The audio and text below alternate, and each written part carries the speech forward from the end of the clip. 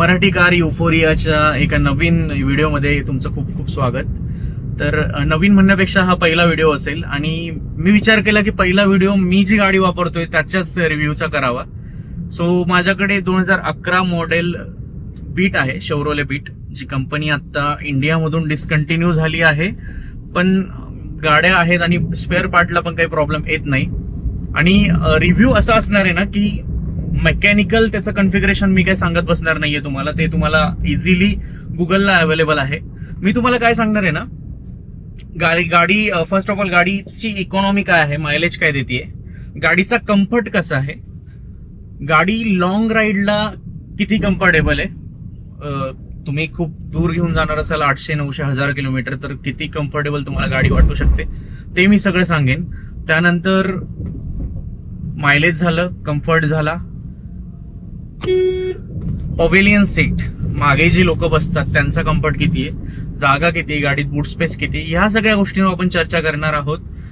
Resale प्राइसवर आपण चर्चा करणार आहोत, कारण मेकॅनिकल कन्फिगरेशन सगळीकडे अवेलेबल असतात. बाकी जेन्युअन रिव्ह्यू जो आहे ना तो कोणी सांगत नाही तुम्हाला, तो आपण आपल्या चॅनलवर सांगणार आहोत. आधी माझ्या गाडीचं इंटिरियर तुम्हाला दाखवतो आणि त्यानंतर आपण आउटसाइड रिव्ह्यू पण करूयात. सो असे आहे बीटची कॅबिन कंपार्टमेंट. ऑडोमीटर जे स्पोर्टी लोक देतं खूप, स्टेअरिंग व्हील न्यू बॅच आहे. त्यानंतर आधीचं जे यायचं ते पूर्ण ब्लॅकमध्ये यायचं 2010च्या आधीच्या मॉडेलचं. त्यानंतर मग हे केलं होतं सिल्वर आणि ब्लॅक कलरमध्ये. इथे तुम्हाला बेसिकचा MP3 प्लेअर मिळतो. त्यावेळी सीडीने ऑपरेट व्हायचं म्हणून सीडीचा दिलाय आणि मी चेंज नाही केलं. आफ्टर मार्केट भरपूर ऑप्शन आहेत. AC वेंट इथे 2 आहेत, तिकडे त्या कॉर्नरला एक आणि या कॉर्नरला एक. ऑटोमॅटिक मिरर ऍडजस्टमेंट नाही आहे, मॅन्युअल आहे इथून. त्यानंतर माझ्या गाडीच्या 4ही विंडोज पॉवर विंडोज आहेत.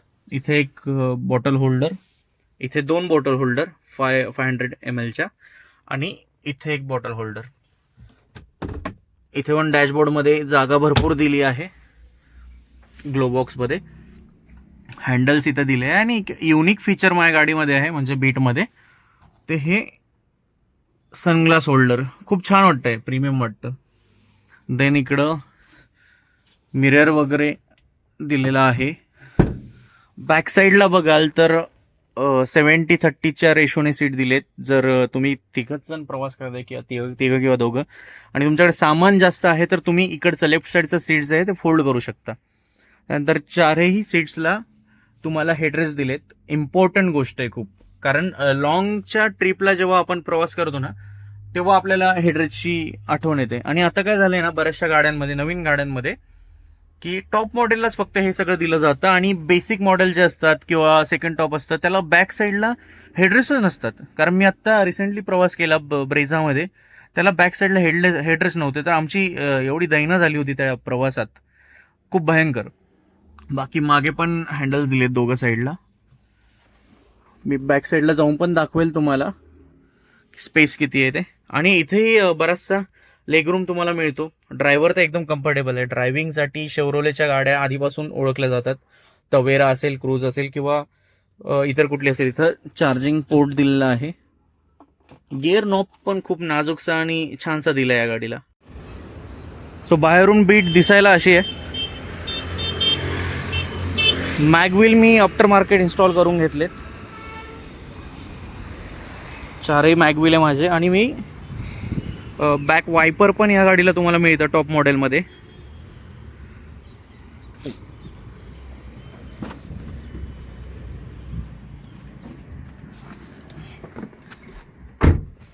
लेगरूम चांगला मिळालेला आहे इथे. आणि जर तुमची हाईट 6 फीट असेल तर थोडंसं तुम्ही स्ट्रगल कराल इथे पाय ठेवायला. अदरवाईज जागा भरपूर आहे. वर पण जवळपास एक 3 इंच मला जागा मिळते डोक्याच्या वर, मी दाखवू शकत नाहीये तुम्हाला. आणि इथे पॉकेट्स, तिचा बूट स्पेस मी आता तुम्हाला दाखवतो.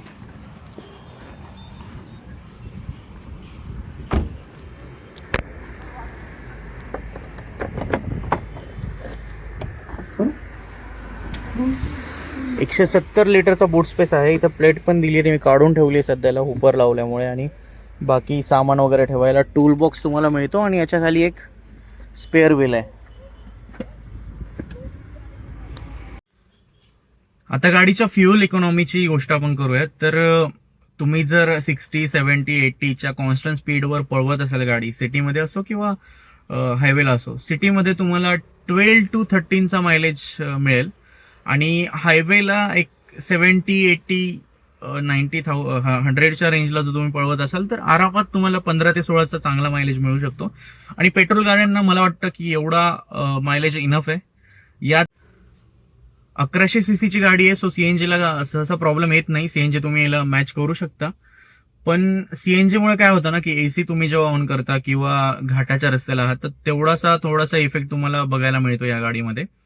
सो प्रेफर करा की पेट्रोलवरच तुम्ही गाडी चालवाल. पेट्रोलवर मायलेज चांगला आहे. आता कम्फर्टची गोष्ट करूयात तर मी मॅक्झिमम जे ट्रॅव्हल केलंय वन ट्रिपमध्ये ते 400 किलोमीटरचं केलंय आणि ड्रायव्हर साईडचं सीट आहे खूप कम्फर्टेबल आहे. ड्रायव्हर साईडला तर मला कधी प्रॉब्लेम आला नाही, कारण इथे मी तुम्हाला दाखवतो, उजवा हात ठेवायला तुम्हाला इथे चांगली जागा मिळते. सो स्टेअरिंग कंट्रोल करताना तुम्ही इथे हात रेस्ट करू शकता. बाकी इकडे आफ्टर मार्केट तुम्ही आर्मरेस्ट लावू शकता. मी लावलेलं नाहीये, मला गरज पडली नाही कारण माझा हात कंटिन्यू या स्थितीमध्ये असतो. तर कम्फर्टेबल भरपूर आहे ड्रायव्हरसाठी. पण साईडच्या सीटला तर काही प्रॉब्लेमच नाहीये. साईडला खूप चांगला कम्फर्ट आहे, लेगरूम चांगला आहे आणि माझी फॅमिली मागं बसते सहसा, आई वगैरे, तर त्यांनाही प्रॉब्लेम येत नाही. कधी मी विचारलं त्यांना की लेगरूम वगैरे कसं आहे, तर प्रॉब्लेम येण्यासारखी काही गोष्ट. गाडीचा एसी खूप चिल्ड आहे. म्हणजे तुम्ही म्हणाल की एवढी जुनी गाडी आहे तर एसीचं काय, तर एसी खूप चांगला प्रोव्हाइड केला आहे कंपनीने. त्यानंतर डॅशबोर्ड पण खूप प्रीमियम फिनिशिंगने दिलेला आहे. आजकालच्या नव्या गाड्यांमध्ये पण मी असा डॅशबोर्ड बघत नाही, तर मला माझ्या गाडीचा डॅशबोर्ड खूप आवडतो. त्यानंतर ही ब्लेज फिनिशिंग खूप छान वाटतं इथे. शॉर्ट रिव्ह्यू तुम्हाला कसा वाटला नक्की कमेंटमधून सांगाल आणि यात काय काय अजून मी अपग्रेड करायला पाहिजे, चेंजेस करायला पाहिजे तेही तुम्ही हक्काने सांगू शकता. त्यानुसार मग आपण आपले पुढचे व्हिडिओ तेवढे अपडेट करत जाऊयात. Thank you so much for watching.